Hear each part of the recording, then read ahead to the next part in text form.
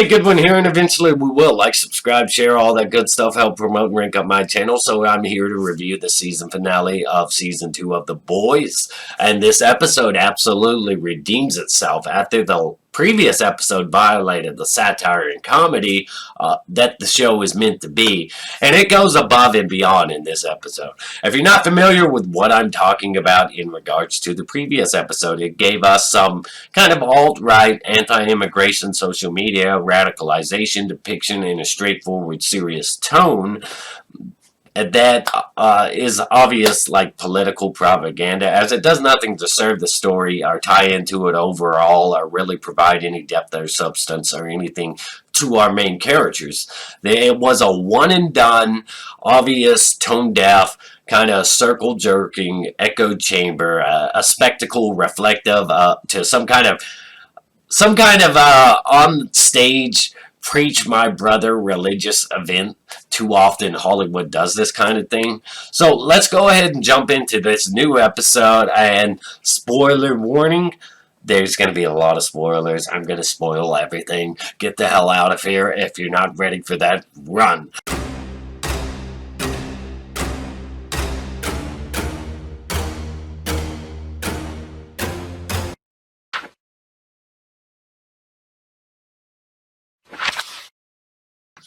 So this episode has some real forward momentum, like an iconic shot of Superman breaking ground beneath his feet.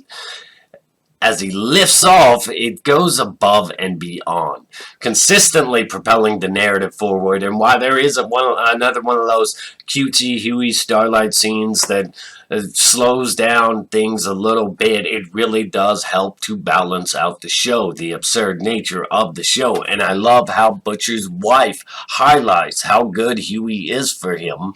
And I love how the boys hover around Becca, the infamous Becca, that they know so well but have no personal experience with.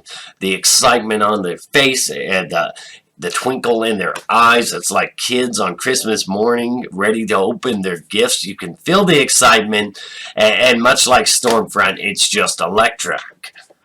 And personally, I found it absolutely hilarious when Stormfront went on about people wanting to eliminate white people, and Homelander's reaction to that was kind of like, yeah, I don't think we should be going there, which is pretty reflective of Butcher in this episode, talking about not wanting to put his baggage on Ryan, his wife, and Homelander's son, but Homelander also bonding with his son. All those scenes that highlight some level of humanity in him, those were absolutely great. Stormfront's response to being outed by the media, that was perfection in itself.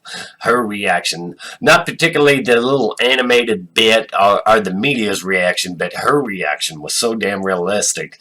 The conversation between Butcher and Stan Edgar about how he could prop up Stormfront despite the obvious, and it all being about money, that being his character motivations. I was waiting for that to make sense of it myself, because it seemed a bit inconsistent to me. It didn't really make much sense, but that's the way it is in reality, right? I mean, people do things for profit, mostly only for profit. It's business. And there was that shot, the subtle breeze through the napkins, excellent shot. A-Train showing up in the backseat to Huey and Starlight, very funny, also reminiscent of season 1. But for all the selfish reasons, he did it all for selfish reasons, so it's not like we're getting any real character growth out of him. But the real character growth goes to Maeve, who finally has the lady balls to stand up for herself against Homelander. But first, Maeve, Kamiko, and Starlight, when they take on Stormfront in an amusing, don't get me wrong, it is really hardcore and it really is, awesome, but it's equally amusing with the stuff they're yelling at her.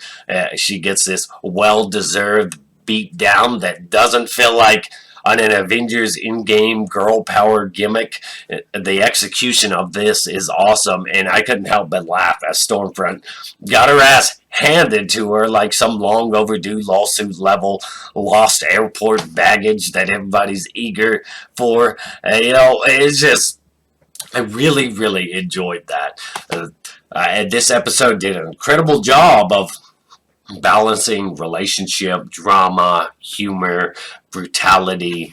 It did an excellent job from Maeve with her Twinkie line to the Deep going off on the Church of the Collective with their damn fresco, and Homelander jerking off on the rooftop. That stuff is comedic gold. Like, to the more darker elements, ultra blood, gore, violence, hardcore action, and the more dramatic, traumatic stuff that makes you wonder how Ryan will turn out, and how much darker will Butcher get, and to the surprise twist that Victoria is a soup and working for Vought, and playing things at both sides, eliminating the competition from the inside pretty much, as now she has everything and Vought has everything in their favor. It is very much the way things are done in real life, manipulating things, and you know in a way from the opposition.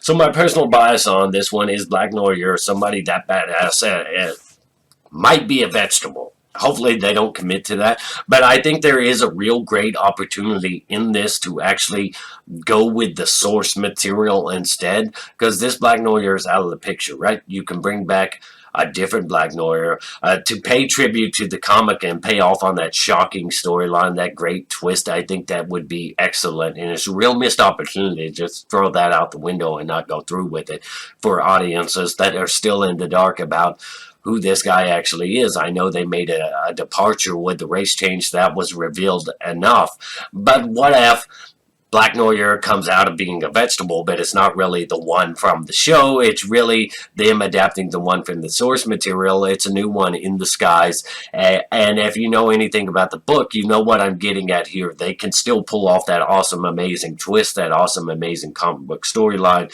and hopefully they do. So that's my personal bias on this one. Hopefully they don't commit to making him a vegetable.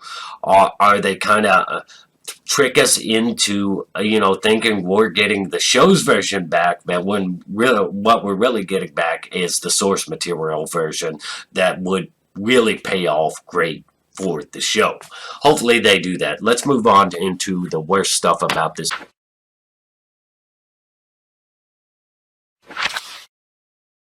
So the negatives on this one is how did Becca escape so easily? I mean, come on, she's just a person. You have an entire corporation after her. How did she get to Butcher's doorstep without being tracked or anything? All this stuff is a real glaring plot hole. Next to that, I would like to point out the power inconsistencies displayed throughout the season. Some of those are related to Black Noir, but more so in this episode. Let's talk about Stormfront and the whole laser eye situation, because Homelander did laser her tits and she showed a real resistance to that kind of stuff over the course of the season. She showed a real resistance to it. So for her to be taken down in one shot from this heat vision from Ryan, it seems kind of flawed, because she's reduced to just this limbless, charred, helpless victim in one shot. Now, you could argue that because Ryan's a natural born soup, he's much more powerful because there hasn't been one before. Or you could argue that even though he was told to hold back at the time, Homelander was actually showing restraint. Or you could argue that Ryan just doesn't know because he doesn't use his powers, he has no self-control or no real way to know how to hold them back when he unleashes in emotional distress. There's all kinds of ways you could justify this one and argue this one, but for the future, I think they should really try to clarify and convey this type of stuff better for the audience. Like.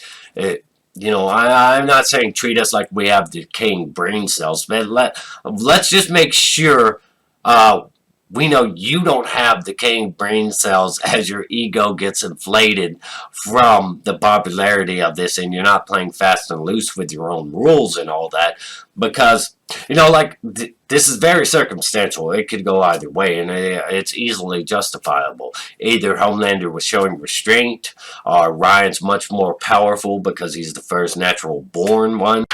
So I'm gonna give this one a 9 out of 10. Despite those minor flaws, this one had great comedy, action, all that good stuff, drama, everything you want from something that's truly amazing and spectacular. It's damn near close to perfection. So let me know your thoughts and opinions down below in the comment section.